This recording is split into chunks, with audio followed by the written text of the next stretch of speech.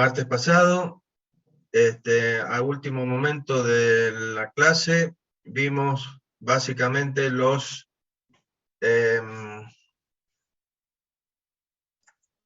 diferentes movimientos que puede tener un mecanismo, un cuerpo rígido. Definimos todo en relación con cuerpo rígido, con movimiento plano general, con movimiento plano, y esto mismo que recordamos rápidamente porque lo vamos a usar ya. Entonces, el movimiento de traslación, el movimiento de rotación pura y el movimiento de rototraslación. El movimiento de traslación, acuérdense que siempre vamos a usar un par de puntos para definir el movimiento total del cuerpo. ¿Esto por qué? Porque nos define un segmento. En el caso de la traslación pura, ese segmento se va a mantener paralelo a sí mismo. Por lo tanto, las trayectorias que siguen cada punto, o sea, el punto A y el punto B, van a ser siempre paralelas, sea el movimiento de traslación ya sea curvilíneo o rectilíneo. La rotación, por otro lado, un segmento definido, que sería este radio, durante la rotación va a cambiar su orientación angular, pero básicamente su posición angular. En el caso anterior no cambia la posición angular, se mantiene paralelo a sí mismo, que es la traslación pura. En la rotación pura, ese segmento definido dentro del cuerpo va a cambiar su posición angular. Para que, como repaso rápido, y el centro de rotación, que es un punto que pertenece al eje respecto del cual rota el cuerpo y todos los puntos del cuerpo, se mantiene fijo en el plano o en el espacio. Bien, cuando tenemos rototraslación, ¿qué va a pasar? Que va a ser movimiento combinado de traslación pura y rotación pura. Entonces va a ser el movimiento simultáneo de ambos movimientos que va a tener el cuerpo. Por lo tanto, un segmento definido en el cuerpo va a cambiar tanto en posición como en orientación. O sea que van a pasar de este lugar a este lugar. Cuando este cuerpo pase de este lugar a este lugar, ese segmento no solamente que cambió de lugar, sino que cambió su posición angular. Cambió su posición lineal y su posición angular. Y las trayectorias, por supuesto, no van a ser paralelas entre sí. Bien. Perfecto. También vimos este ejemplo donde pudimos ver qué cuerpos acá tienen movimiento, los diferentes movimientos que tienen los cuerpos en este caso de un mecanismo, en donde las ruedas tienen movimiento de rotación pura.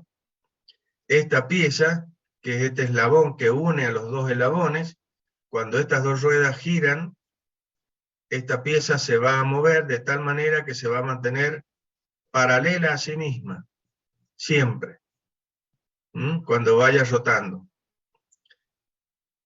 Las ruedas, cuando vayan rotando las ruedas, estos puntos van a moverse de una manera tal que este eslabón se va a mantener siempre paralelo a sí mismo.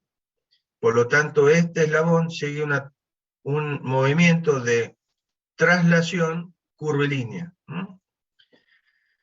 En cambio, este cuerpo está obligado a seguir esta guía, tiene un movimiento de traslación pura.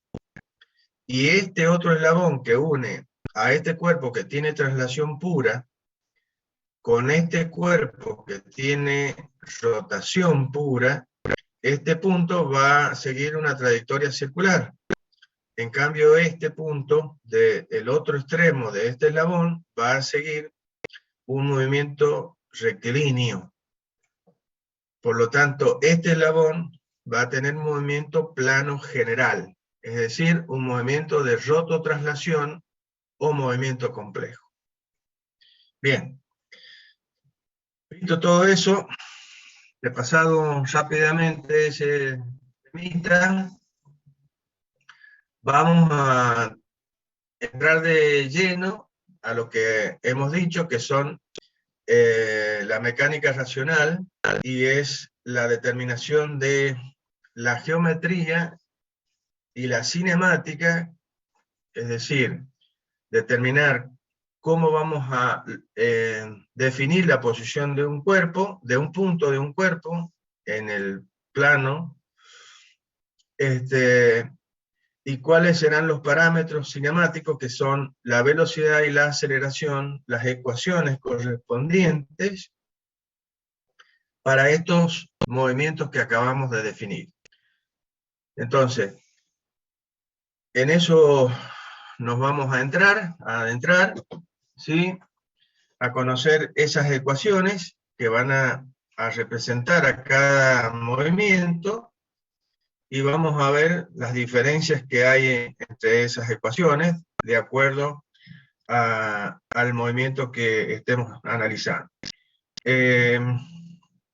Bien, como ya dije, plantearemos las ecuaciones que nos darán la posición de ese cuerpo en el plano, y podremos determinar las variables cinemáticas, que son la velocidad y la aceleración, para distintos puntos de ese cuerpo rígido que se mueve en el plano. ¿Ah? Bien, vamos con el movimiento más simple que podemos encontrarnos, y que es el traslación pura de un cuerpo rígido. ¿Ah? En la traslación, la idea es ver qué sucede, cuáles serán las ecuaciones que van a definir el movimiento de los puntos que pertenecen a un cuerpo rígido, moviéndose con un movimiento de traslación pura, sea esta una traslación curvilínea o sea rectilínea. Como ya lo dijimos en la clase anterior, deberemos definir de los infinitos puntos que definen al cuerpo rígido como cuerpo rígido, vamos a definir un par de estos puntos para que podamos expresar el movimiento de ese cuerpo, a través del hecho de que vamos a definir un segmento, y este segmento define el cuerpo y nos permite dar el movimiento, analizar el movimiento a través de ese par de puntos. Bueno, para lograr esto, vamos a iniciar por la geometría del movimiento, que es definir la posición, y esto nos va a permitir dar los diferentes cambios, la ecuación que nos va a permitir expresar la trayectoria que seguiría, o sea, los diferentes puntos que va a ir ocupando ese cuerpo en el plano. Dijimos que el análisis es planar, acuérdense lo que era movimiento plano, y que para ese estudio vamos a cortar al cuerpo con un plano. Ese plano va a ser paralelo a un plano tomado como plano de referencia, y nosotros vamos a estudiar una rebanada del cuerpo. Acuérdense todo lo que dijimos la semana pasada, una rebanada, y vamos a estudiar esa rebanada del cuerpo, que va a ser un plano de corte de ese cuerpo. Va a estar, en esa rebanada van a estar contenidos una cantidad muy grande de puntos. De esos puntos, de esa cantidad, vamos a elegir, como dijimos, un par de puntos, un punto A y un punto B, que pertenecen a ese plano. como estamos hablando de que vamos a estudiar la geometría, o sea, para dar la posición, nos tendremos que dar sistemas de ejes coordenados para poder definir las posiciones. Entonces, vamos a definir un sistema de referencia, X y Z,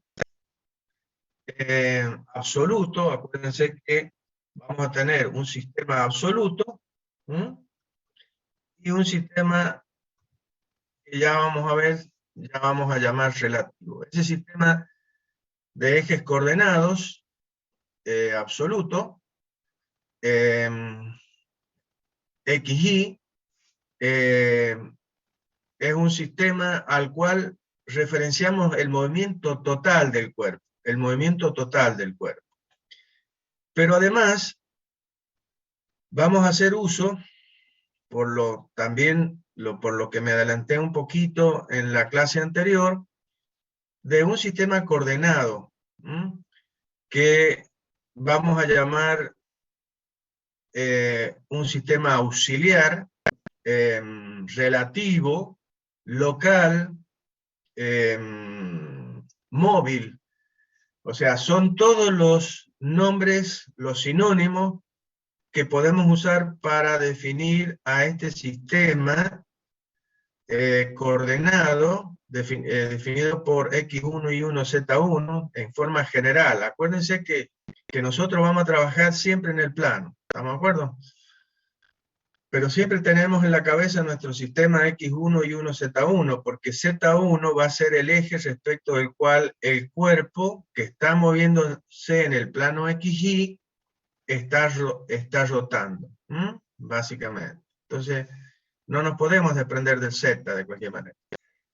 Eso es para que tengan en su cabecita, se vayan haciendo la imagen de cómo se va moviendo la rebanada se va a ir moviendo en el plano XY, pero la rotación de los diferentes puntos del cuerpo lo van a hacer respecto a un eje que va a ser perpendicular a ese plano XY, y ¿quién es? Es Z. Entonces, siempre vamos a tener a los tres ejes. Bien. Entonces, este sistema, vuelvo a repetir, este sistema X1, Y1, Z1, es un sistema que tiene esos cuatro nombres, puedo decirlo de cualquier manera: móvil, repito, móvil, auxiliar, relativo, local, y que este sistema lo vamos a poner sobre el cuerpo, en un punto que vamos a considerar un punto de referencia de ese cuerpo. Por ejemplo, nosotros hemos elegido dos puntos, el punto A y el punto B, para definir el movimiento del cuerpo, de un cuerpo rígido. Bueno, por ejemplo, elegiremos al punto A como ese punto de referencia, y en ese punto vamos a colocar este sistema auxiliar. De ese punto A, yo deberé conocer algo, porque si no, no podría resolver mi problema, ya sea geométrico o cinemático. Entonces, de ese punto deberé conocer lo necesario para poder definir los demás parámetros del cuerpo. Por eso es que normalmente, desde el punto de vista cinemático, vamos a conocer la velocidad de ese punto, la velocidad del punto A y la aceleración del punto A.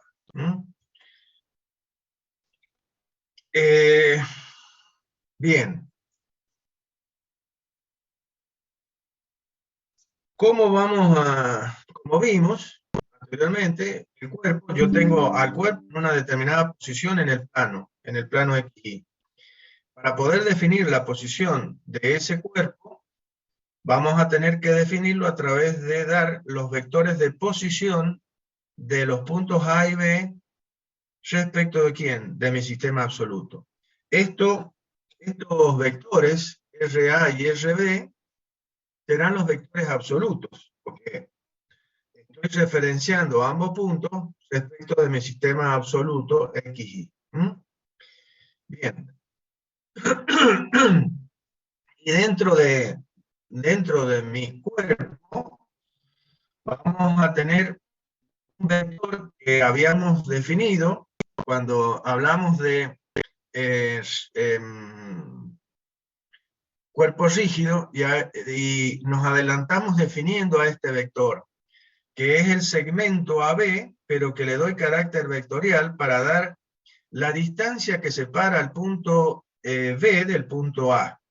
Y eso es a través de un vector de posición RBDA que hemos denominado vector de posición relativo.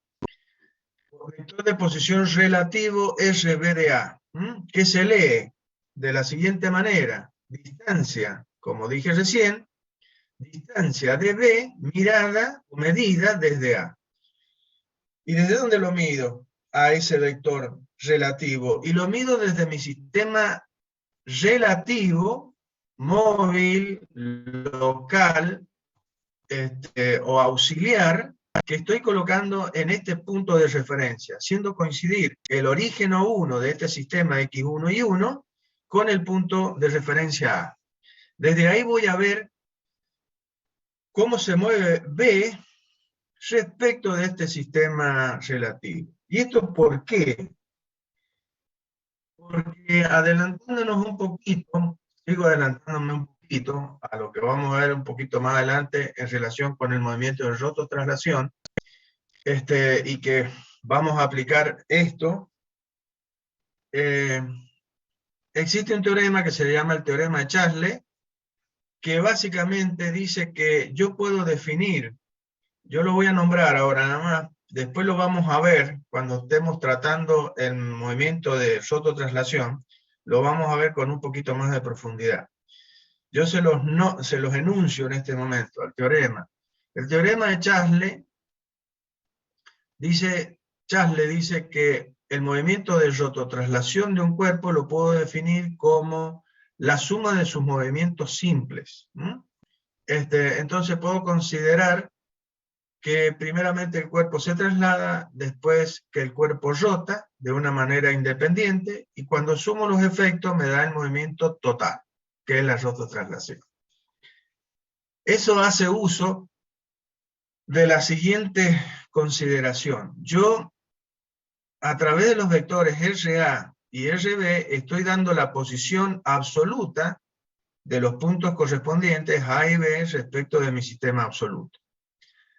Yo podría definir el movimiento de este cuerpo a través, ¿qué es lo que yo estoy buscando? Yo, como les adelanté, voy a conocer algo de uno de los puntos, el punto A. ¿Cuál va a ser la velocidad del punto A? ¿Y qué aceleración va a tener el punto A? Y la idea es ver qué le pasa al punto B, cómo se mueve el punto B. Entonces nosotros podríamos dar el movimiento definiendo la variación de este vector, de cómo varía este punto, la velocidad de la aceleración y la posición de este punto, dando cómo varía este vector tanto en módulo como en dirección. Y eso me definiría el movimiento de este punto. Ahora, yo lo puedo hacer en forma indirecta dando cómo se mueve este punto A que hemos tomado como referencia, más cómo se mueve en forma relativa el punto B respecto del punto A. Y eso me da el movimiento de este punto mirado desde mi sistema absoluto.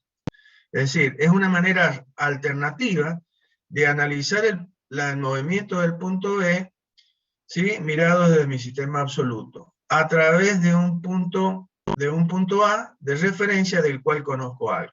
Esto, que pareciera ser un poco más complicado, finalmente es mucho más simple el análisis del movimiento de rototraslación del cuerpo aplicando este teorema. Este teorema da lugar a lo que normalmente se llama el método del movimiento relativo, que es lo que vamos a aplicar después en el caso de movimiento de rototraslación.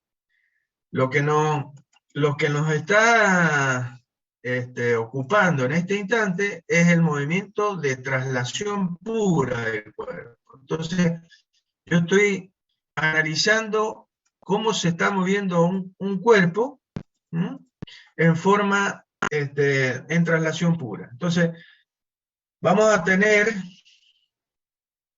al cuerpo en una primera posición, ¿m?, definido por los vectores absolutos RA y RB, desde mi sistema absoluto, e internamente, dentro del cuerpo, vamos a tener un vector relativo que me da la posición relativa del punto B respecto del punto A, medido respecto de un sistema auxiliar colocado en el cuerpo y en el punto que hemos considerado y elegido como referencia. Luego este cuerpo se mueve hacia otro lugar dentro de este plano, XY, y como vemos, el sistema, el cuerpo se ha movido, por lo tanto los vectores de posición del punto B y el punto A, medidos desde el sistema absoluto, han cambiado en módulo y han cambiado en dirección, por supuesto. Si analizamos dentro del sistema relativo, el sistema relativo se ha mantenido paralelo a sí mismo en esa traslación, y el vector de posición también se ha mantenido en la misma posición respecto de mi sistema auxiliar definido dentro del cuerpo. ¿Y esto por qué? Y porque estamos considerando una traslación. Y si estamos considerando una traslación, habíamos dicho que un segmento definido dentro del cuerpo, en 10 minutos se nos acaba el tiempo y yo les mando un link nuevamente. Inmediatamente pueden ingresar. Entonces, si eso es verdad, este segmento, si tenemos una traslación pura, este segmento, o sea, este vector relativo, RBDA, debería mantenerse paralelo en esa transición, desde esta posición 1 a esta posición 2. Entonces analicemos eso, acordémonos que del punto A yo conozco su velocidad y conozco su aceleración. Entonces, vamos a expresar la parte geométrica de este movimiento. ¿Cómo vamos a indicar? La ecuación representaría la geometría de este movimiento, básicamente. Por lo que yo les dije, yo puedo definir este vector en función del vector RA y del vector RB. Es decir, yo puedo llegar al punto B, así como llego con el vector RB, que me define directamente la posición de B respecto a mi sistema absoluto, pero también la puedo dar a esa posición usando o utilizando al vector RA y al vector relativo RBA. Por lo tanto, por el álgebra de vectores, el álgebra vectorial, yo puedo dar la posición del punto B como suma de los vectores RA, el vector absoluto RA, y del vector, que es un vector que se mide desde mi sistema absoluto, es decir, que yo el movimiento del punto A lo veo desde mi sistema absoluto, ¿sí?, más cómo se mueve, ¿no es cierto?, más el vector RB de A, que me da la posición relativa de B respecto de A, y que es un movimiento, el movimiento de B mirado desde A, desde un observador puesto en A, en A, perdón, es un movimiento relativo. Es cómo se mueve dentro de mi sistema relativo este vector RBDA. Entonces, RB, la posición del punto B, va a ser la posición que tiene el punto A, mirada desde un observador ubicado en el origen de mi sistema absoluto, más el vector de posición relativa, que es un vector, es un vector que define la posición del punto B respecto de mi sistema relativo X1 y 1, es decir, de un observador ubicado en el origen O1 de este sistema X1 y 1. Esto me da entonces la ecuación, o sea, me da la geometría de esta situación. Y me va a definir la posición del cuerpo en el plano. Acuérdense, esta figura es un corte del cuerpo, es una rebanada, es un corte con un plano que es paralelo a ese plano de referencia, respecto del cual se mueven, manteniendo la interdistancia, todos los puntos de este cuerpo, inclusive el punto A y el punto B. Y el movimiento está definido por esta ecuación del movimiento, ¿sí? Y el cambio de posición está definida por esta ecuación. Bien, si vamos a entrar al campo de la cinemática, si ustedes se acuerdan, para poder determinar la velocidad debíamos derivar la ecuación de posición. O sea, ver la variación que sufren las posiciones en el tiempo. Eso significa derivar la ecuación de posición. Como hemos visto, y como les dije, los vectores absolutos RB y RA, ¿sí?, para la primera posición y la segunda posición han cambiado tanto en módulo como en dirección. Por lo tanto, son vectores que cambian, ¿no es cierto?, en el tiempo. ¿Esto en qué va a redundar? En una velocidad v sub b y en una velocidad v sub a.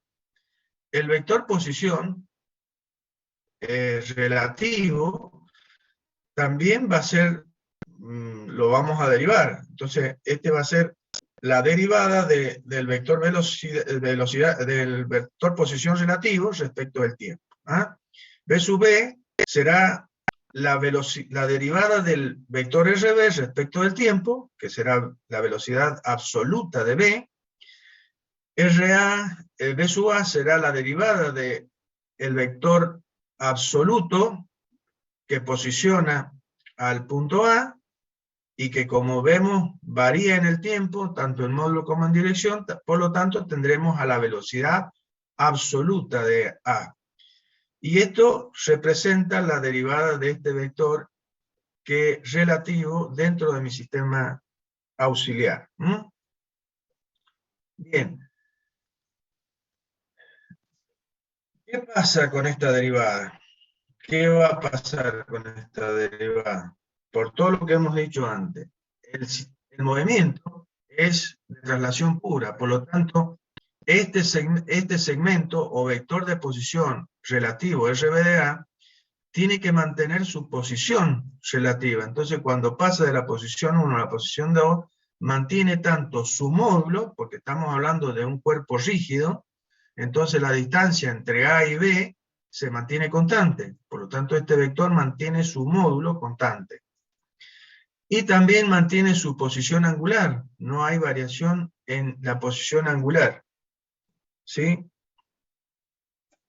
Por lo tanto, esta derivada no tiene otra posibilidad que ser cero.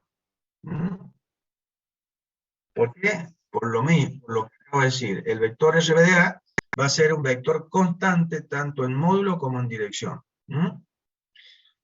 Por lo tanto, esta derivada va a ser cero.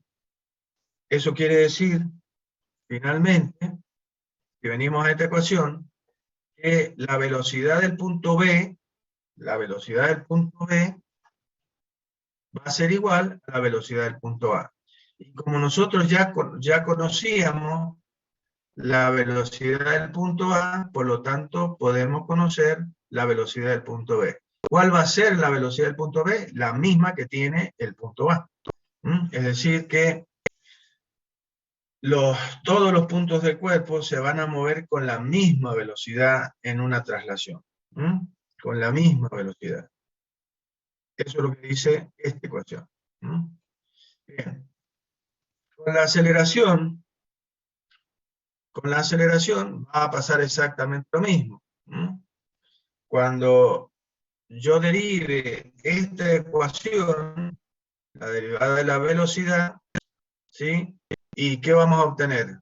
Un vector que va a ser la aceleración absoluta de B y un vector que va a ser la aceleración absoluta de A. Este era 0, por lo tanto, vamos a llegar que la aceleración de B va a ser igual a la aceleración de A. Entonces, en un movimiento de traslación, ¿sí? De traslación pura, sea esta rectilínea o curvilínea, las velocidades de todos los puntos, ¿sí? De todos los puntos del cuerpo, van a tener los mismos valores de velocidad y los mismos valores de aceleración. Por lo tanto, podemos concluir, que un cuerpo que se mueve con movimiento plano y con movimiento de traslación pura, se puede considerar como el movimiento de un punto material. ¿Por qué? Y porque nosotros vamos a poder considerar, al tener todos los puntos del cuerpo, tanto el A como el B, como todos los puntos que conforman este cuerpo, la misma velocidad, nosotros vamos a poder considerar que toda la masa de este cuerpo está concentrada en un punto, que es el centro de gravedad de ese cuerpo. Por lo tanto, vamos a poder considerar a ese cuerpo rígido como un...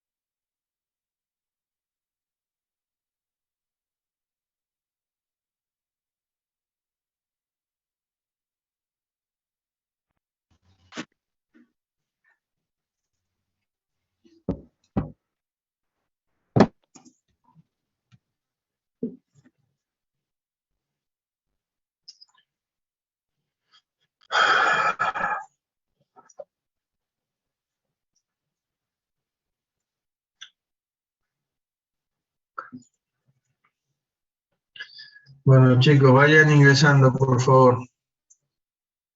Voy a... This meeting is being recorded. Bien. Bien, entonces, vuelvo a repetir que en el caso de que un cuerpo rígido, que es un conjunto de partículas que mantienen su interdistancia, como hemos dicho anteriormente, se mueva con un movimiento de traslación puro, Entonces vamos a poder considerar que toda la masa, que todas las partículas del cuerpo están concentradas en un punto. Y vamos a poder considerar el movimiento de ese cuerpo como lo habíamos visto para el caso de una partícula. Eso lo han estudiado ustedes en Física 1. Entonces, aquí surgen muchas preguntas. Si bien la semana pasada no se los dije, pero vayan viendo, vayan escuchando estas cosas y incorporándola.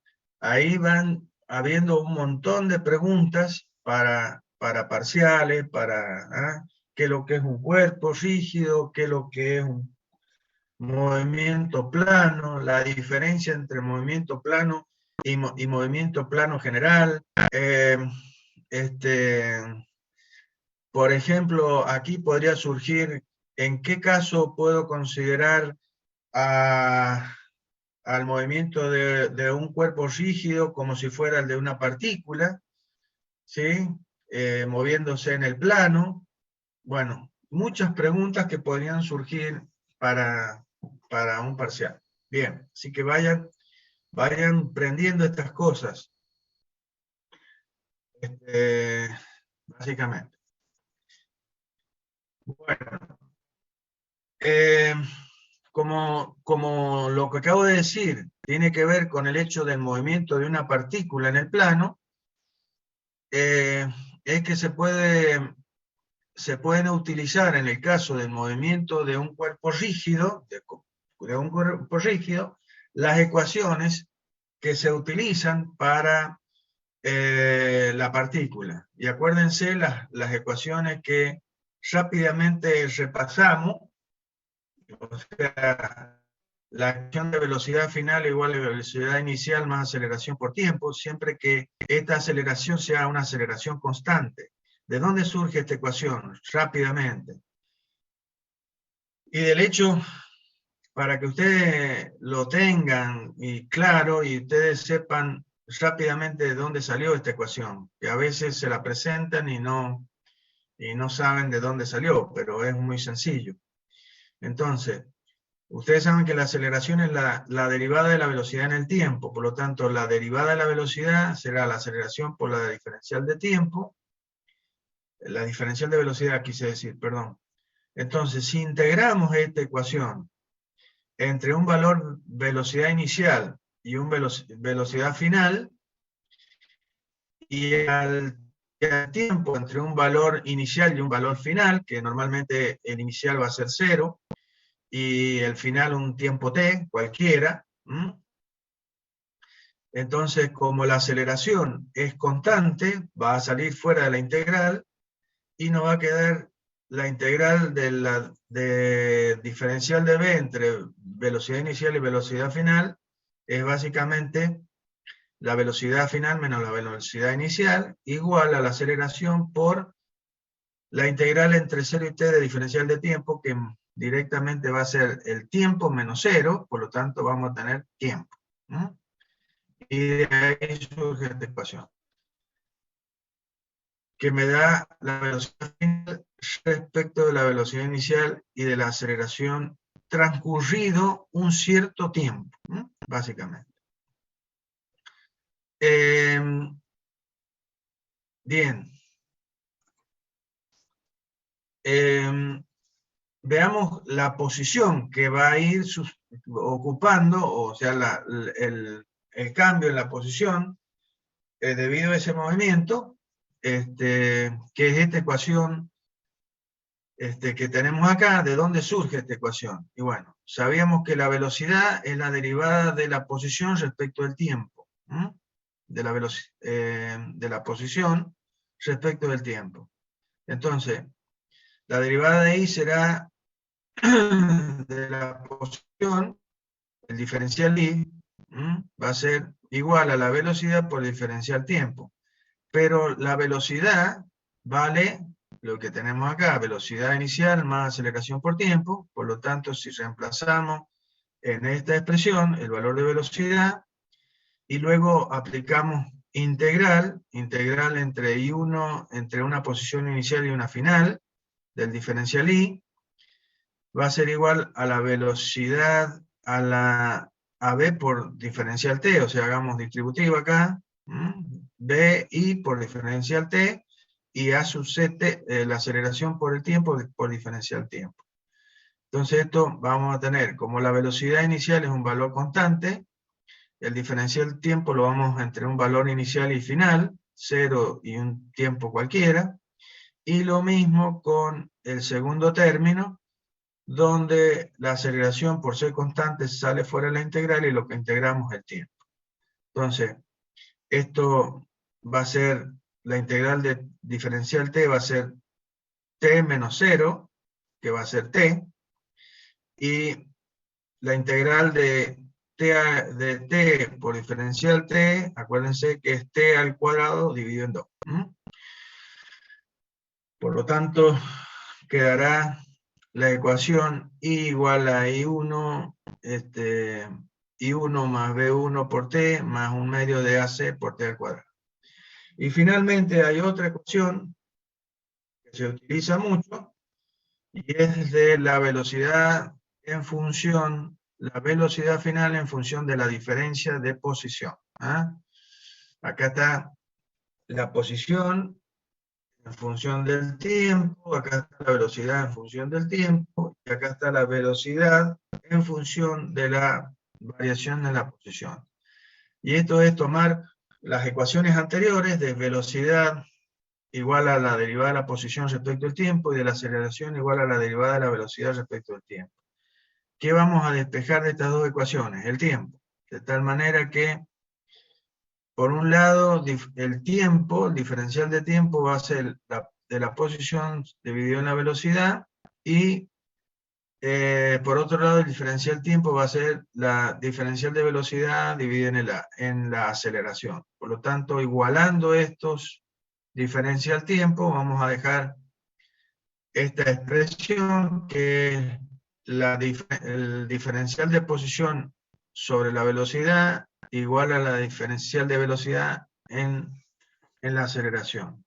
Que despejándola y colocándola de esta manera, y luego integrando, vamos a integrar la aceleración de C constante fuera de la integral, y el diferencial I entre una posición inicial y una final, y la diferencial de la velocidad entre una velocidad inicial y una velocidad final. Y esto nos dará la integral de la posición, una posición inicial menos una posición final menos una posición inicial, y esta integral nos va a dar básicamente un medio de la velocidad final al cuadrado menos un medio de la velocidad inicial al cuadrado. De ahí surge esta expresión, que es esta que está acá.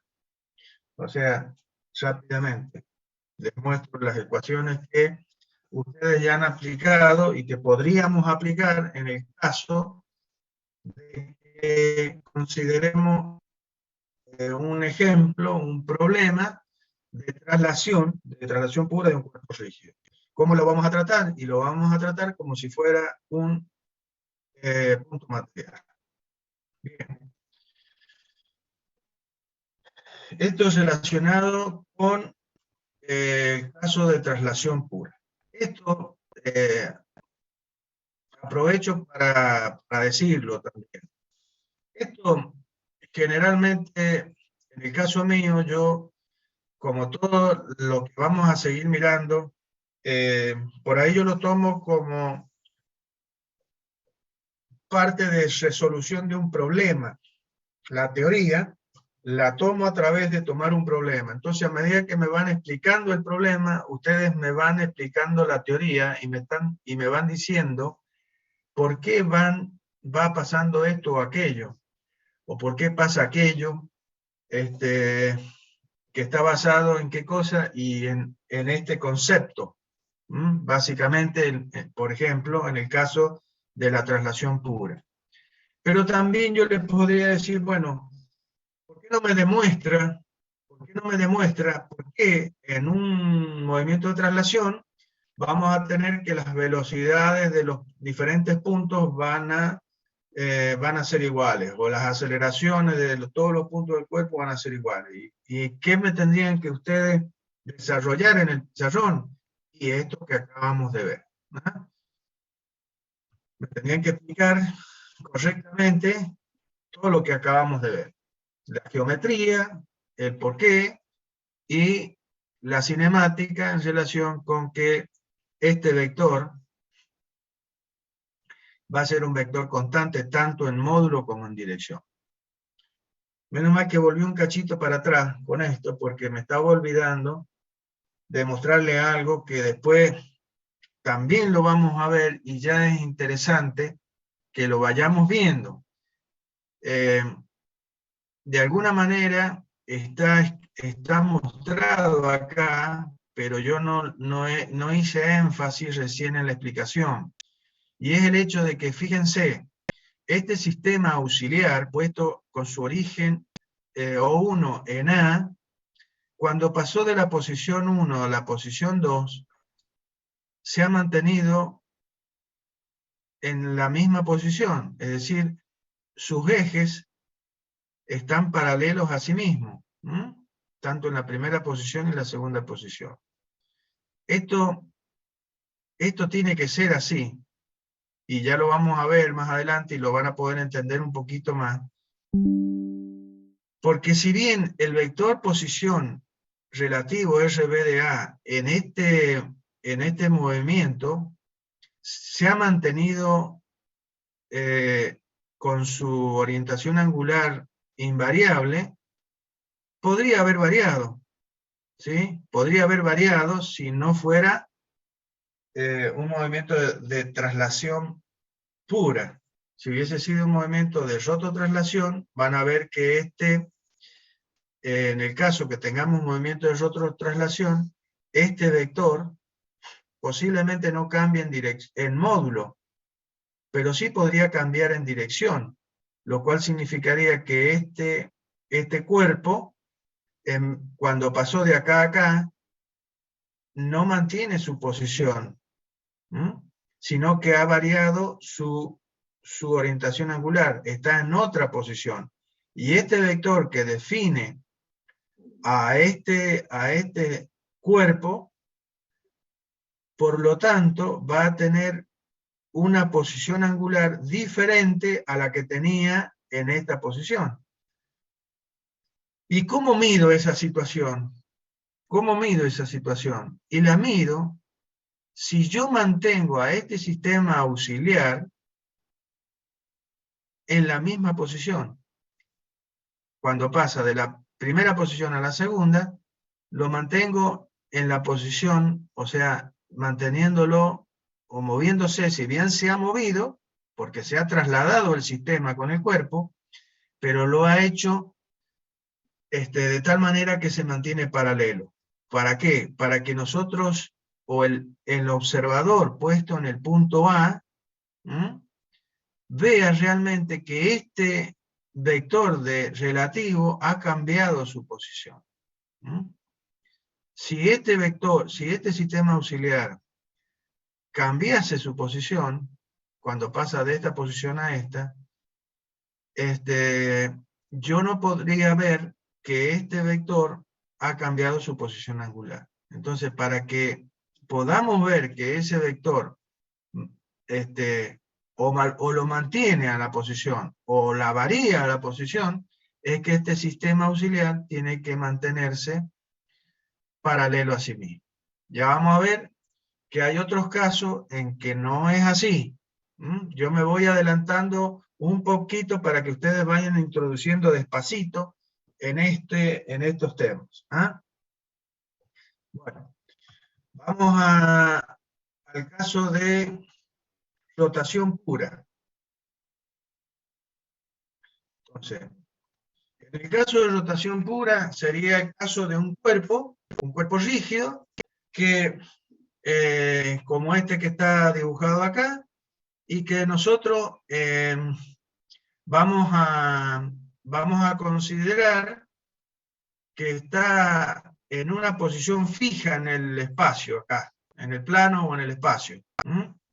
es decir, su eje de rotación, el eje con respecto al cual rotan todos los puntos del cuerpo, se mantiene fijo en el plano o en el espacio. En este caso que tenemos dibujado, no solamente está pasando eso de que el eje, ese sería el caso en que yo tuviera este cuerpo desplazado y este eje Z, ¿sí? Que sería el eje del cuerpo, respecto del cual rotan todos los puntos del cuerpo, estuviera desplazado en el espacio.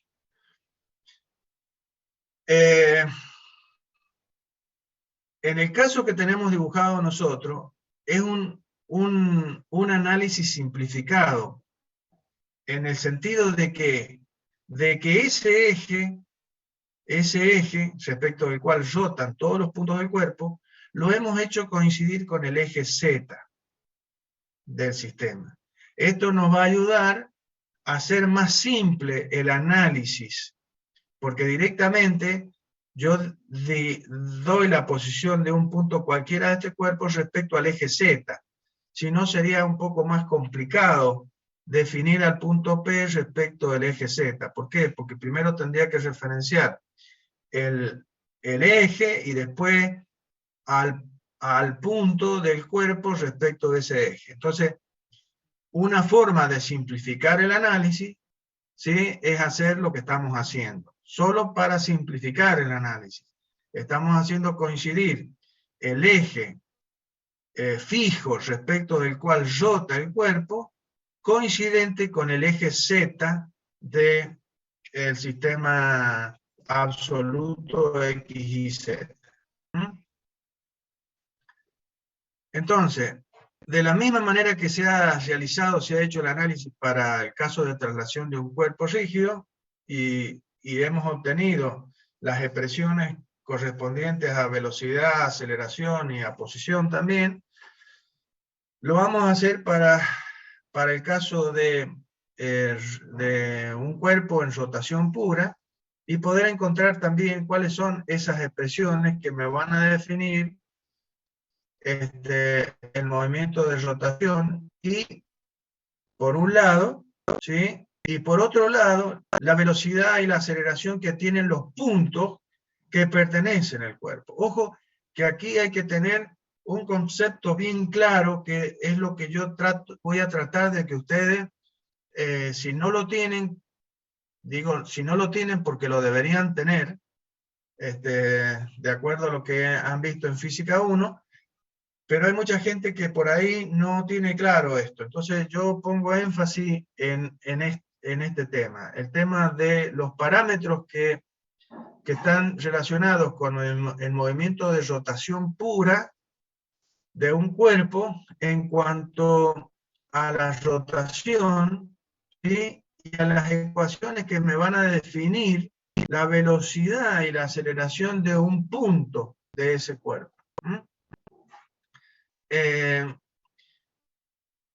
Por eso hacemos una aclaración siempre, y es que el movimiento de cualquier punto del cuerpo, por ejemplo este punto P, que está ubicado a una determinada distancia del eje de rotación, ¿sí?, del cuerpo rígido, y que está girando alrededor de ese eje fijo, que está coincidiendo con el eje Z, va a depender del movimiento angular del cuerpo, o sea, al movimiento angular que tiene el cuerpo alrededor de ese eje.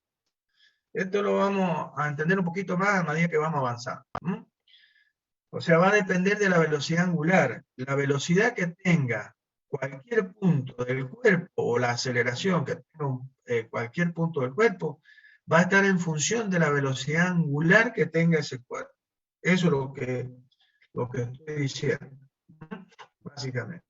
Entonces, vamos a usar, como siempre, un sistema, como dije, un sistema coordenado de ejes absoluto, X y Z, en el cual dije, vamos a hacer coincidir al eje respecto del cual rota el cuerpo, o todos los puntos del cuerpo, con el eje Z. Bien, vamos a definir vamos a cortar, en este caso, para poder analizar, o sea, para ver qué punto vamos a analizar de ese cuerpo.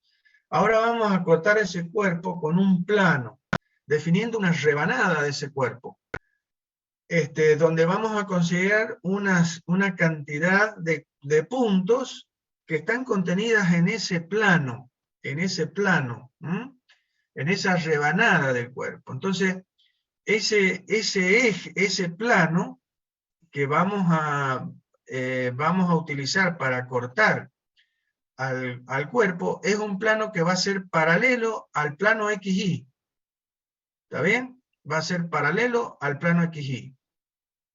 Entonces, es, digamos, el plano que está a una cierta altura del plano XY, y que me define la parte superior de esta rebanada. Supónganse que esto es como, fíjense, como si yo tuviera una torta, un bizcochuelo, y le corto una rebanada de esta forma.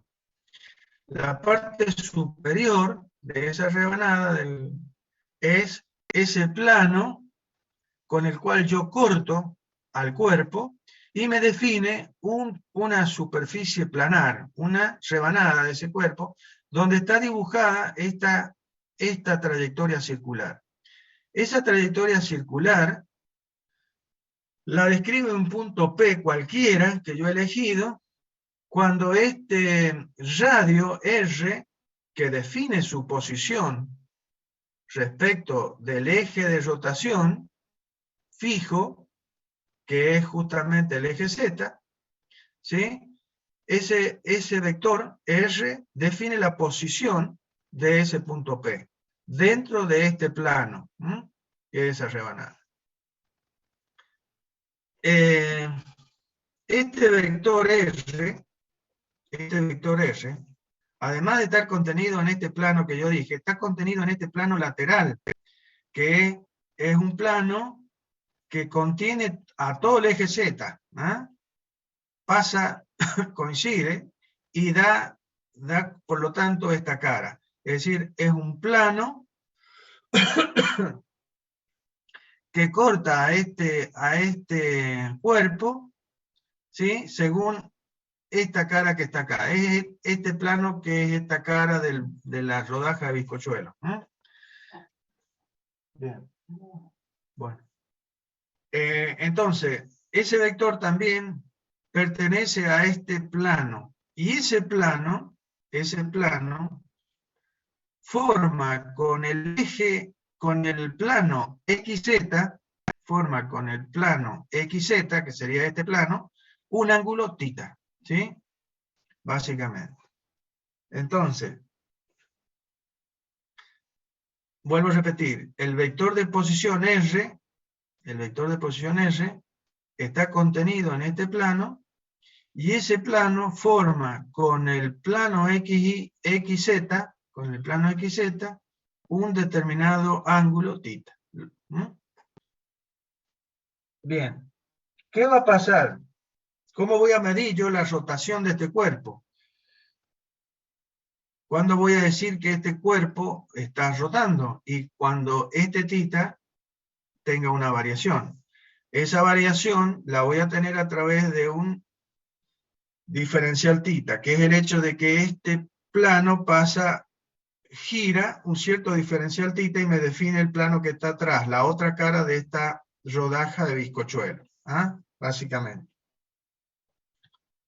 Entonces, ese vector R, que dije que es perpendicular al eje de rotación y que define la posición del punto P, y que está contenido en ese plano, que forma un ángulo θ con respecto al plano XZ.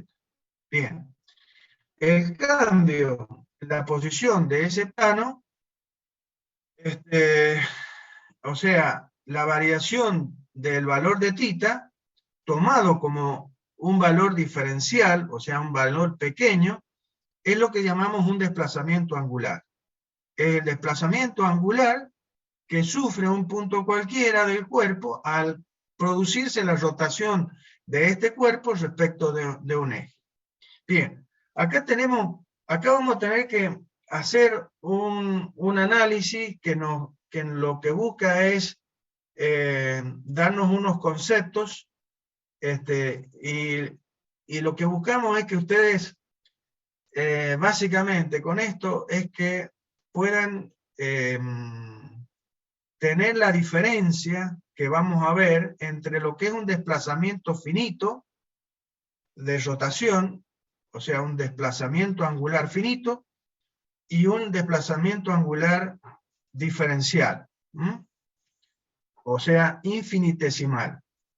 Hay una diferencia importante, y es lo que más que nada se trata de mostrar, o que ustedes puedan ver y diferenciar, y a la vez tomar y hacer suyo este concepto, más que nada, más que todo un desarrollo matemático que vamos a ver, que lo único que trata es de explicar esto, pero más que el desarrollo importa que ustedes tengan claro este concepto.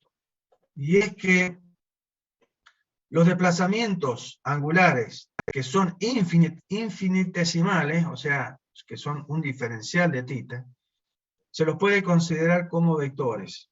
Y el hecho de que se pueden considerar como vectores es que podemos aplicar sobre ello lo que son las leyes de la suma vectorial, o sea, el álgebra vectorial, y que tiene en cuenta que yo puedo hacer la intercambiabilidad en las operaciones de rotación, básicamente. Es decir, ¿qué quiero decir con esto? Que yo puedo, si yo le genero un movimiento angular a un cuerpo, y después le genero otro movimiento y llega a una cierta posición, yo voy a poder llegar a la misma posición si invierto las rotaciones. Tengo que llegar a la misma posición. Eso no sucede cuando los desplazamientos angulares son finitos, o sea, las rotaciones o desplazamientos angulares son finitos, o sea, son valores grandes, vamos a decir así. Entonces, esto, ¿cómo lo escribiríamos? Lo escribiríamos de la siguiente manera. Si yo tengo una rotación respecto a un eje definida por un diferencial θ1, siendo θ1 el desplazamiento angular diferencial θ que ha sufrido un cuerpo, o un punto del cuerpo, o un plano del cuerpo, ¿sí?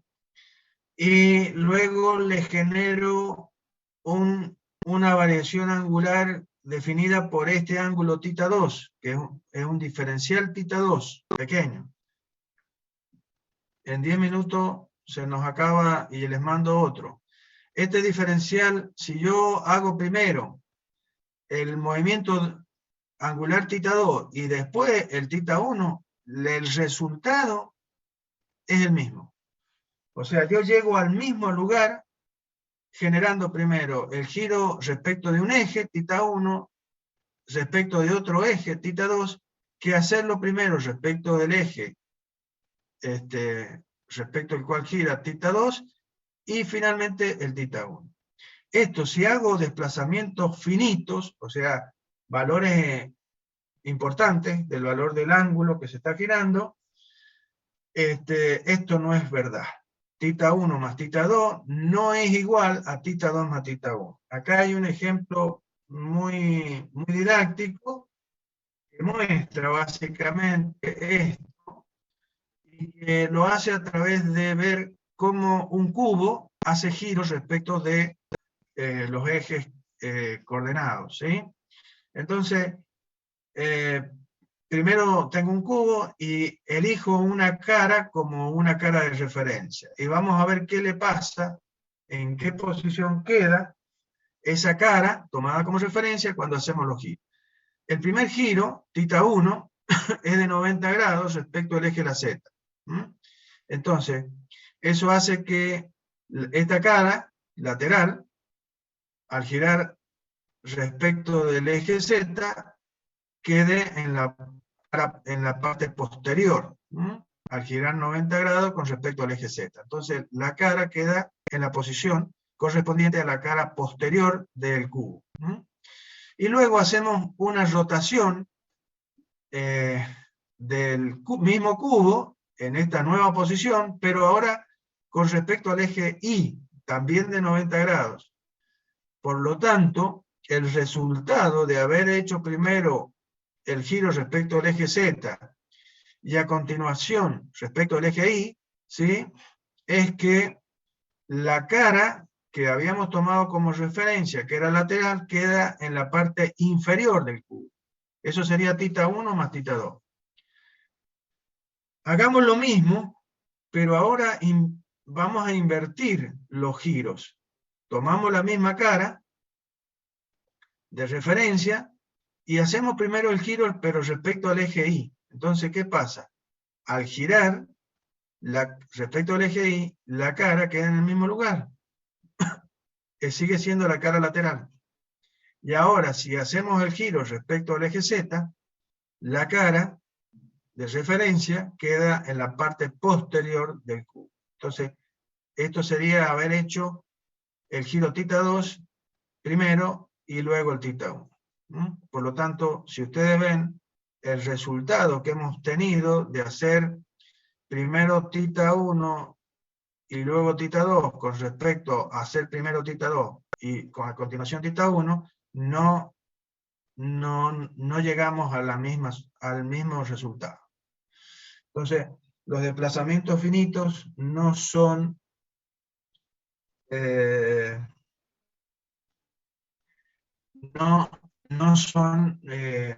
no se los puede considerar como vectores. No respetan el álgebra vectorial. Para poder explicar de alguna manera el caso en que las rotaciones sean infinitesimales, lo que hay que hacer es aplicar el álgebra de vectores y explicarlo de una manera especial. O sea, hay que usar un poco bastante la imaginación para entender los dibujos. Vuelvo a repetir, lo que más interesa es que ustedes entiendan el concepto y sobre todo entiendan lo que vamos a ver aquí, más que la demostración, es que vean un concepto que se va a generar y que lo vamos a aplicar y que lo vamos a ver a continuación en los otros temas que vamos a ver dentro de lo que es la mecánica racional. Y es básicamente la definición de un vector y que tiene que ver justamente con el porqué de la dirección del vector diferencial de desplazamiento, y por lo tanto de la velocidad angular y de la aceleración angular. Entonces, esto que acabo de decir está íntimamente relacionado con esto. Entonces, nosotros vamos a considerar que tenemos un punto P cualquiera de un cuerpo, el cual sufre un primer giro diferencial θ1, y el vector pasa de la posición R a la posición R1. Entonces el punto P pasa de esta posición a esta posición, que acá lo vemos más agrandado. ¿Sí? Y luego tenemos una segunda rotación definida respecto de otro eje, que va a ser una desviación angular diferencial θ2. ¿Ah? Donde el vector R1 va a pasar a la posición R2. O el vector R va a pasar a la posición R2. A través de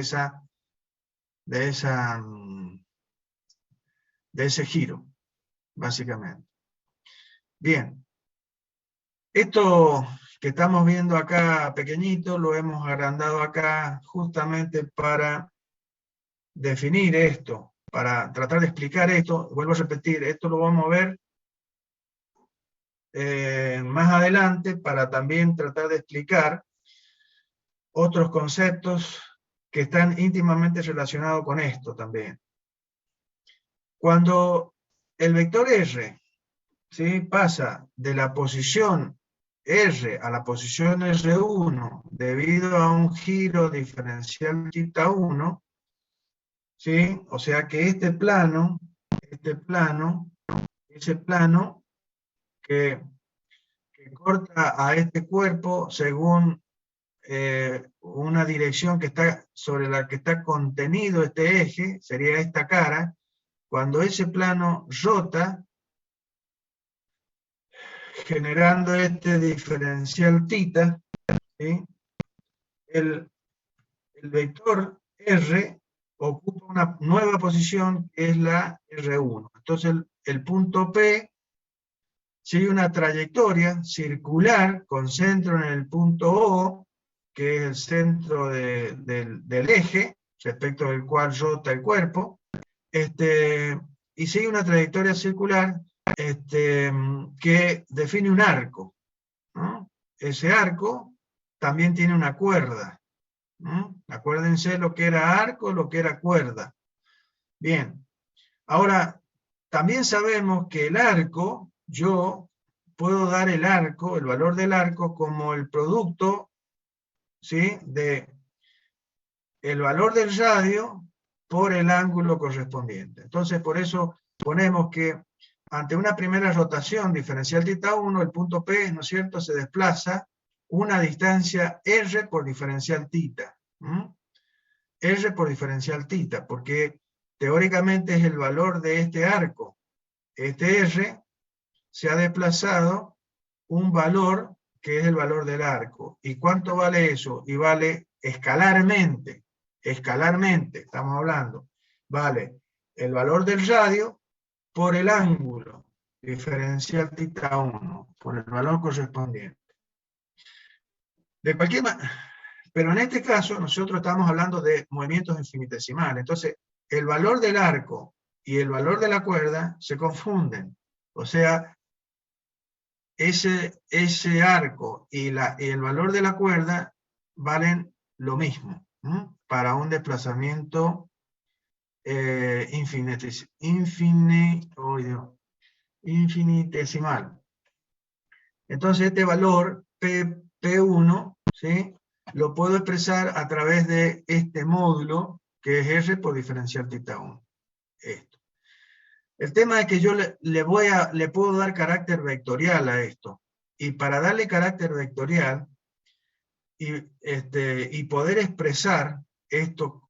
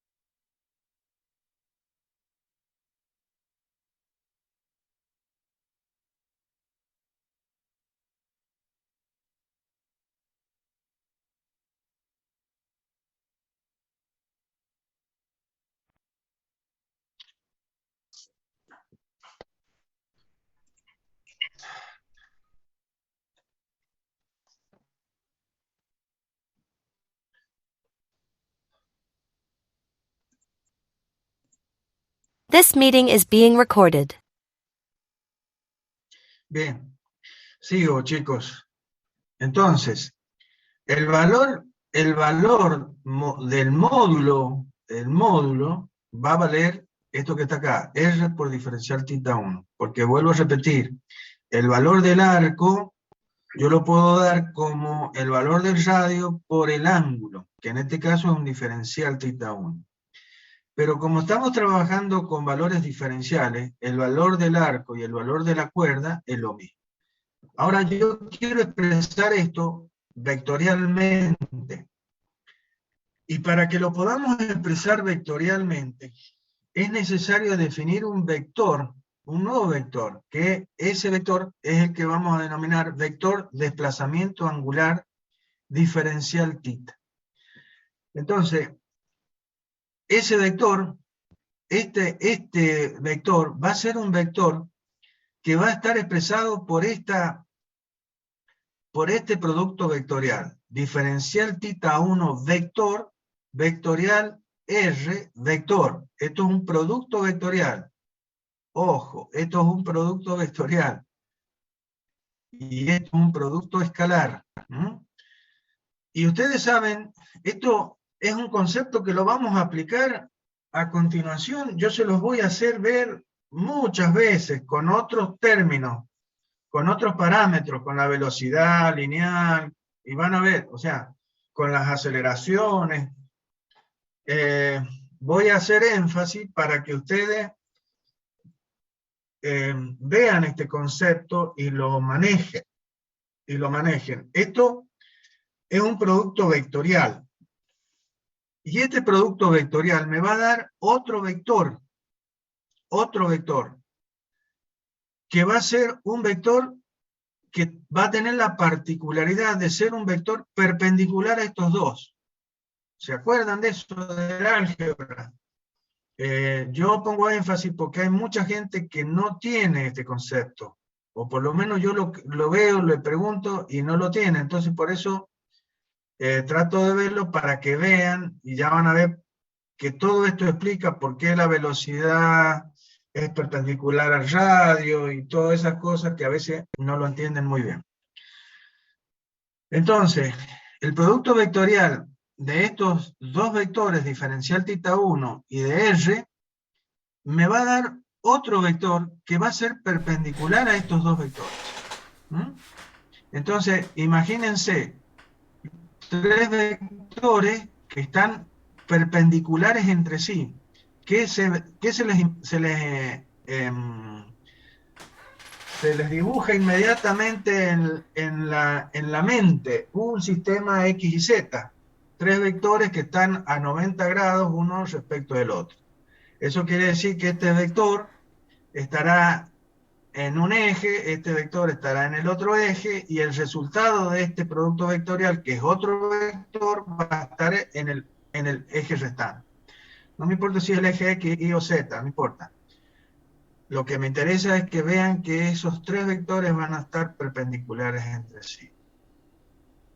Este diferencial θ 1, ¿sí?, es este vector que estamos definiendo, ¿sí?, que es un vector que es perpendicular al plano de rotación del punto P que pasa por el centro del diferencial θ, ¿sí?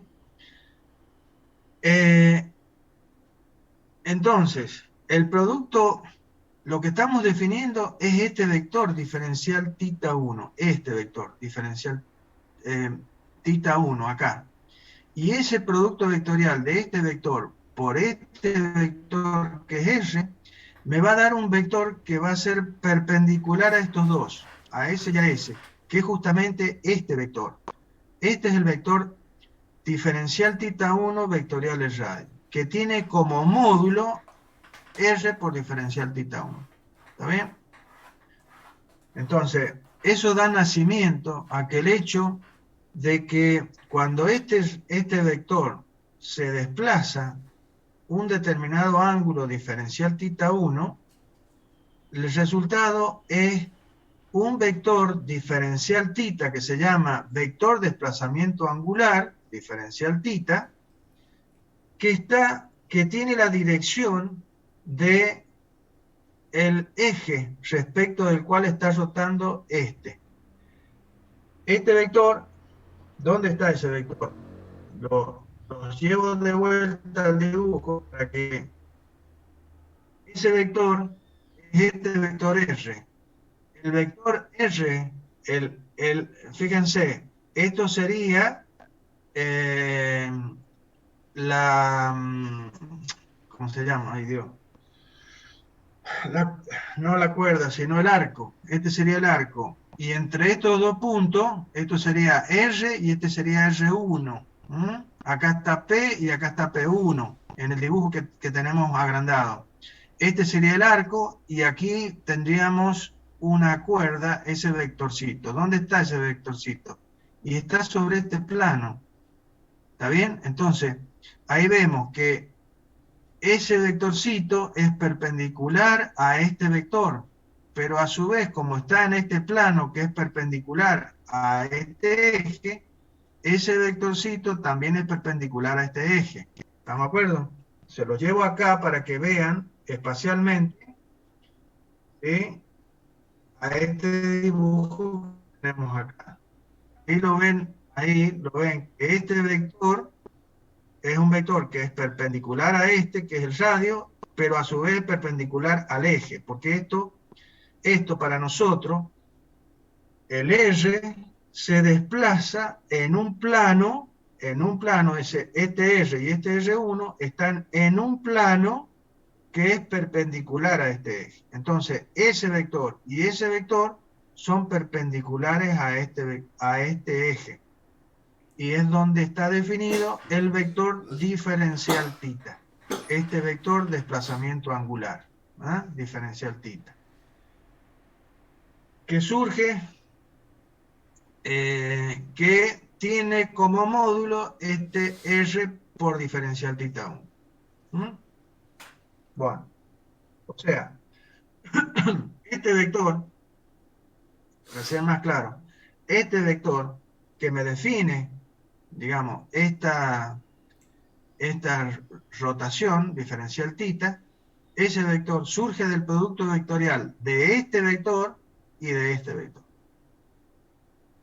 Y va a ser un vector que va a ser perpendicular a estos dos y que va a tener como módulo, vuelvo a repetir, este valor, R por diferencial θ1. Bueno,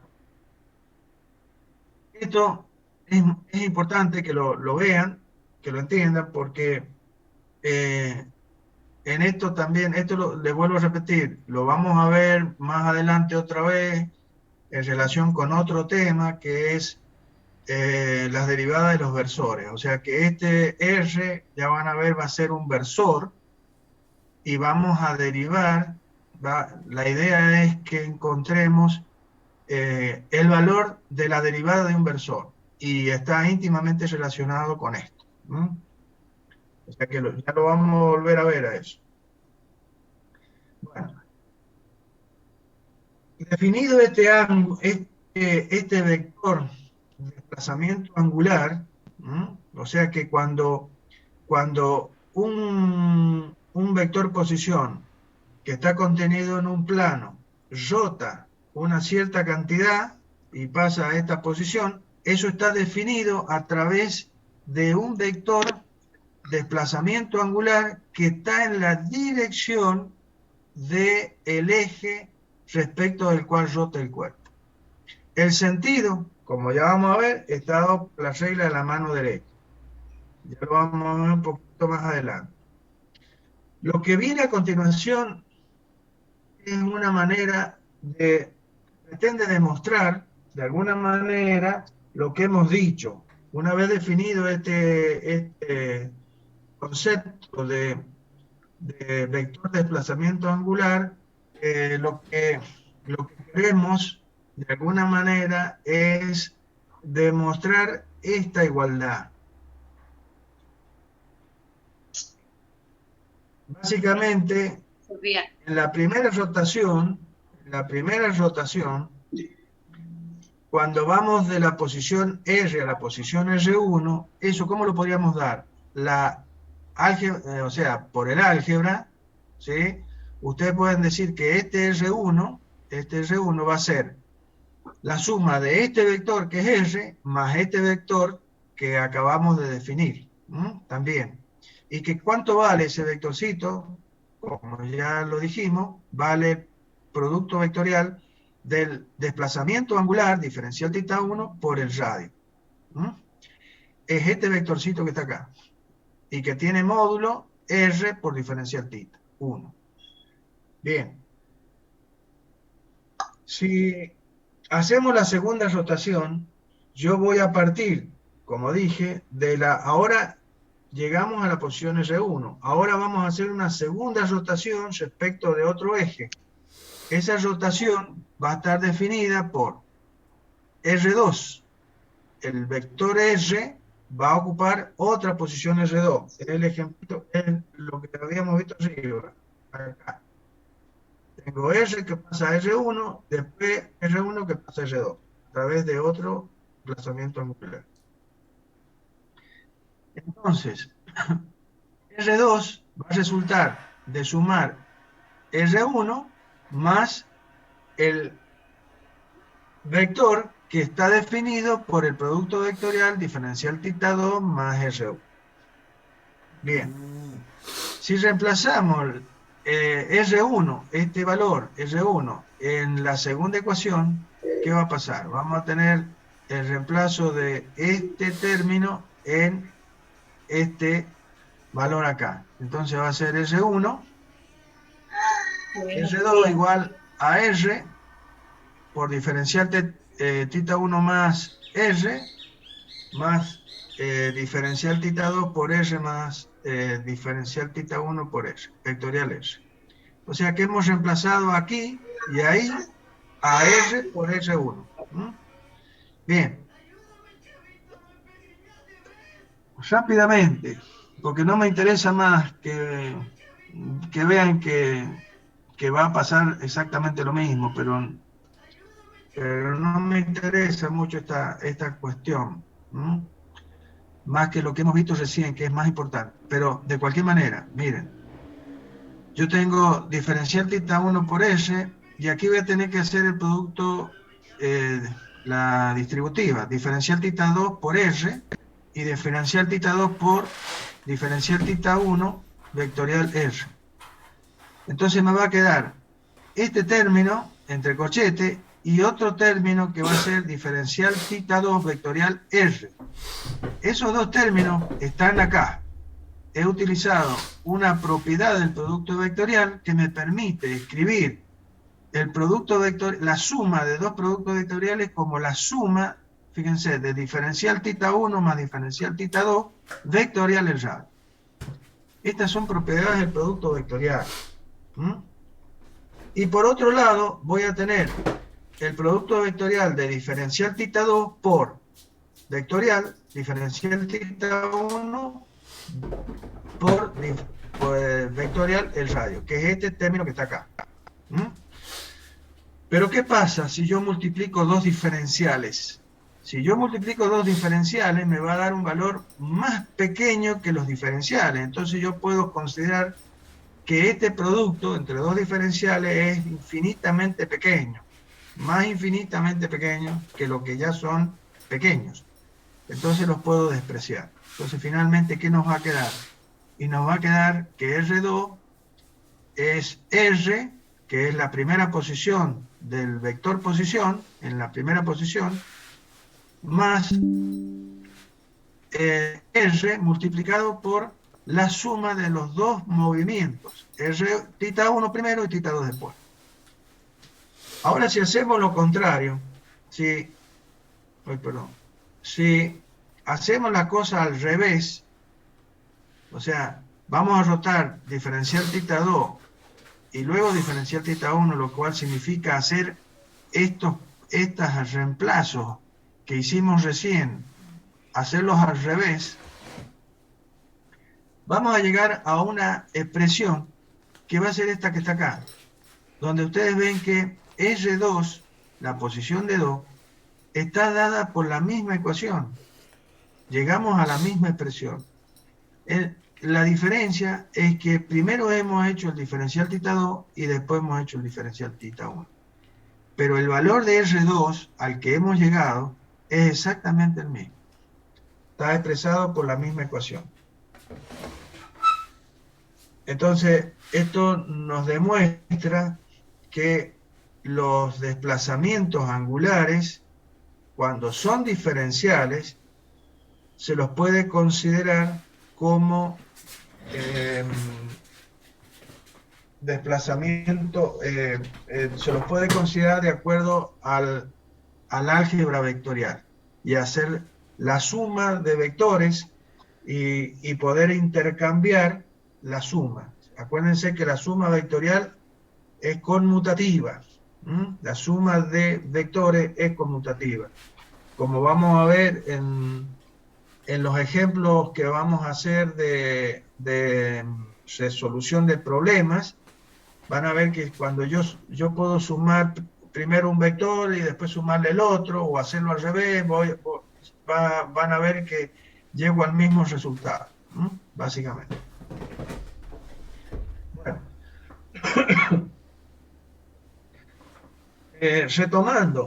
Retomando lo que estábamos iniciando, una vez definido este vector, a mí lo que más me importa de esto es la definición de este vector. Este vector de desplazamiento angular que surge como el producto, o sea, necesito definirlo para poder definir básicamente a este vector que este vector, digamos,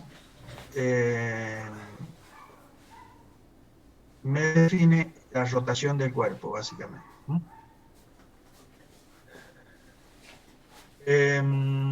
Entonces, volviendo a lo que es el análisis de la rotación pura de un cuerpo alrededor de un eje, ¿sí?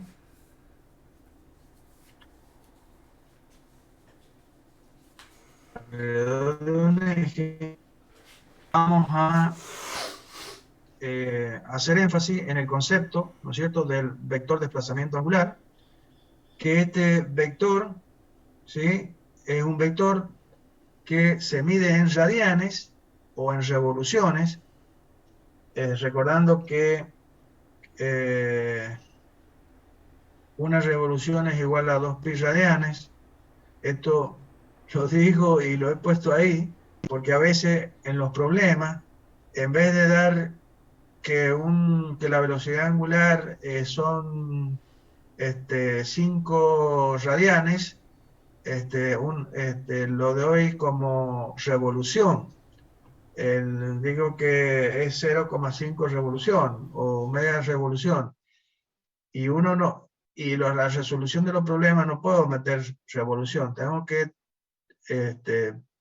para unificar las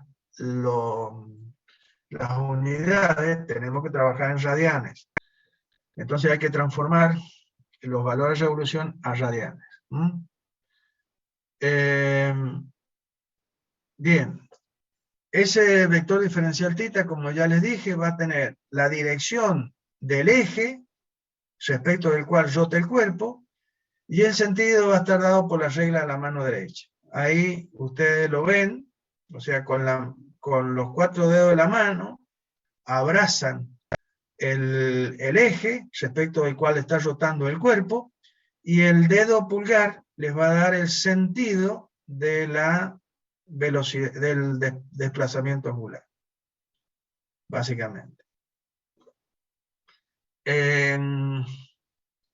La convención de signo, que no la vamos a modificar, la convención de signo siempre es el sentido de rotación antihorario va a ser positivo. Sentido de rotación del cuerpo antihorario siempre será positivo, y el vector que la define, el diferencial θ, va a ser un vector que va a ser saliente, ¿sí? Saliente del plano XY. Acuérdense Les vuelvo a recordar, estamos analizando el desplazamiento de todos los puntos que están sobre un plano que están perpendiculares a este eje. Y ese plano puede ser un plano cualquiera o el plano XY. ¿Está bien? Entonces, por eso siempre digo que este vector diferencial θ va a tener la dirección del eje, y va a ser un vector con un sentido, ¿sí?, que si es positivo, porque el cuerpo está girando en sentido antihorario, va a ser un vector que se va a mostrar como un vector saliente del plano XY. Saliente del plano XY. Este es el plano XY, el vector va a ser en la dirección del eje positivo del Z. Saliente del plano XY. Si el giro es horario, entonces la dirección va a ser la misma, pero el sentido va a ser contrario. Entonces va a ser un vector, el signo va a ser negativo, y el vector, este diferencial θ, va a ser un vector entrante al plano XY. Entonces, si es saliente, lo muestro como la punta de la flechita, va a ser un puntito. Si es entrante, va a ser la cola de la flechita, que sería marcar una cruz. ¿Ah? Eso es normalmente lo que hacemos. Bien. Esto, entonces, es el desplazamiento angular que sufre el cuerpo. ¿Sí? La variación en la posición en el tiempo. La velocidad con que eso sucede me va a definir otro parámetro, que es la velocidad angular, ¿sí?, como ya saben ustedes, y que se representa con la letra omega o la W para nosotros, y que va a ser la derivada de la posición en el tiempo, omega. Este vector se mide en radianes por segundo, ¿ah? Y va a coincidir en dirección y en sentido con el vector desplazamiento angular. Esto hay que tenerlo claro. El vector velocidad angular va a coincidir en dirección y en sentido con el vector desplazamiento angular. Bien, entonces se mide, la velocidad angular se mide en radianes por segundo, y vuelvo a repetir, coincide en dirección y sentido con el vector desplazamiento angular. La rapidez de cambio de la velocidad angular, omega, es decir, la variación, la rapidez o la tasa de variación de la velocidad angular en el tiempo, que es la aceleración angular, si mal no recuerdan, se indica con la letra alfa, y es la derivada de la velocidad angular en el tiempo. O lo que es lo mismo, la derivada segunda del vector desplazamiento angular en el tiempo 2 veces. La magnitud será radianes por segundo al cuadrado, y acá vamos a tener que tener cuidado con la, no con la dirección, porque la dirección de alfa va a ser la misma del vector desplazamiento angular y también del vector velocidad angular. O sea, van a tener la misma dirección, pero el problema está en el sentido. Si el cuerpo se está acelerando, es decir, que va variando la velocidad, pero de una manera en que va aumentando la velocidad angular, entonces será acelerado, entonces el sentido del vector aceleración angular va a ser el mismo que el de la velocidad angular. Ahora, si el cuerpo en su rotación pura comienza a descender su velocidad, o sea, comienza a desacelerar, entonces el vector velocidad, aceleración angular tendrá sentido opuesto al de la velocidad angular. ¿Estamos de acuerdo?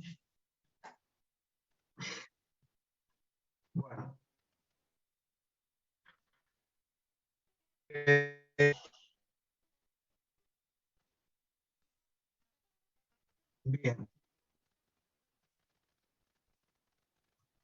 Me vuelvo para atrás un poquito porque ahí estoy llegando a unas ecuaciones que son exactamente las mismas que la que acabamos de ver para el caso de traslación pura de un cuerpo. ¿Y por qué? ¿Por qué es eso?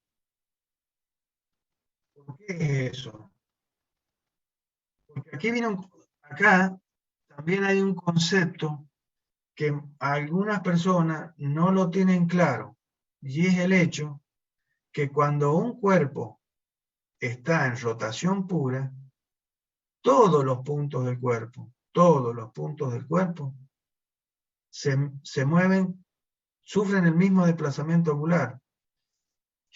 Los que están en esa rebanada, todos los puntos, todos, se mueven con el mismo valor de desplazamiento angular. Por lo tanto, en el tiempo, esa variación me da la velocidad angular. Entonces, todos los puntos del cuerpo se mueven con la misma velocidad angular. Y, por lo tanto, la aceleración va a pasar exactamente lo mismo. Todos los puntos del cuerpo van a tener la misma aceleración. Entonces, en rotación pura, todos los puntos del cuerpo van a rotar respecto al eje fijo, respecto del cual está rotando el cuerpo, con el mismo desplazamiento, con la misma velocidad angular y con la misma aceleración angular. Es el caso de la traslación pura, en donde podíamos considerar que el movimiento, que el cuerpo se lo podía considerar como en la traslación, como si concentráramos toda la masa en un punto y estudiábamos al cuerpo rígido como una partícula. ¿Está bien? Entonces, no voy a ponerme a mostrarles de vuelta todo esto, es exactamente lo mismo. Fíjense, son las mismas ecuaciones, alfa, que es la derivada de la velocidad angular en el tiempo, o la derivada segunda de la posición en el tiempo, que omega es la derivada de la posición en el tiempo, y estoy usando las mismas ecuaciones para llegar a las mismas ecuaciones.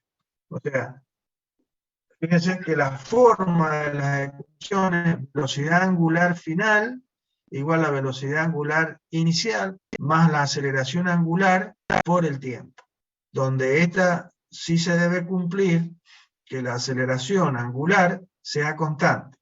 Si eso no pasa, si la aceleración angular no es constante, entonces esta ecuación no va a servir.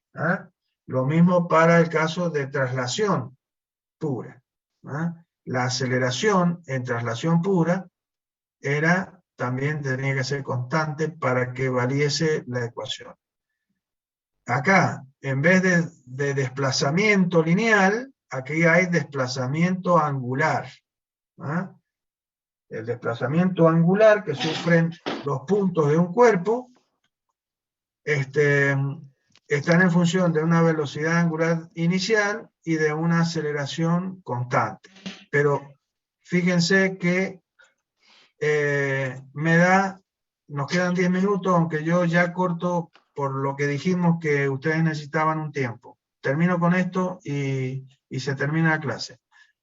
Entonces, tienen la misma forma, nada más que acá en vez de un desplazamiento lineal, tenemos un desplazamiento angular. Y lo mismo con la velocidad angular. Final en función del desplazamiento angular. Aquí teníamos desplazamiento lineal y acá teníamos velocidad final, lineal. O sea que son las mismas expresiones, los parámetros son diferentes porque uno es para traslación pura y esto es para rotación pura. Pero vuelvo a repetir, lo que me importa de esto es la definición, lo que importa de esto sobre todo, es haber definido a este vector de desplazamiento angular diferencial θ, y por supuesto, esto da lugar a lo que ya sabíamos, de alguna manera, de la velocidad angular y de la aceleración angular. Pero sobre todo, tener claro, por si algunos no la tenían claro, que cuando un cuerpo rota, todos los puntos del cuerpo rotan con la misma velocidad angular y con la misma aceleración angular. Lo repito y lo recalco porque hay personas que por ahí no lo tienen claro. Bueno, mañana seguimos con esto, pero que vamos a seguir con rotación pura, pero ya para definir las ecuaciones de velocidad y aceleración, ¿sí? Y la geometría correspondiente para definir cómo se mueve un punto del cuerpo en rotación pura, cuáles serían las ecuaciones que definen la velocidad lineal y la aceleración lineal correspondiente a los diferentes puntos del cuerpo. Que ahí vamos a ver que va a haber una diferencia, básicamente. Bueno, chicos, yo los dejo entonces para que puedan ir a la facultad, no sé, vean si esto va a ser bien, si no lo seguimos charlando al tema. En cuanto a si les viene bien que yo empiece a las 8 y termine a las 10, 10 y 5, como estoy terminando en este momento, y así les doy tiempo para que ustedes vayan a la facultad. Y lo mismo estamos con los tiempos de la materia. Bueno, que tengan una mañana provechosa y bueno, nos vemos mañana a las 10:30, por favor. Lo que les pido es que estén los 30 que han estado esta mañana, más los 20 que están faltando, para que de esa manera todos estemos escuchando las clases. Que tengan una buena mañana. Hasta mañana.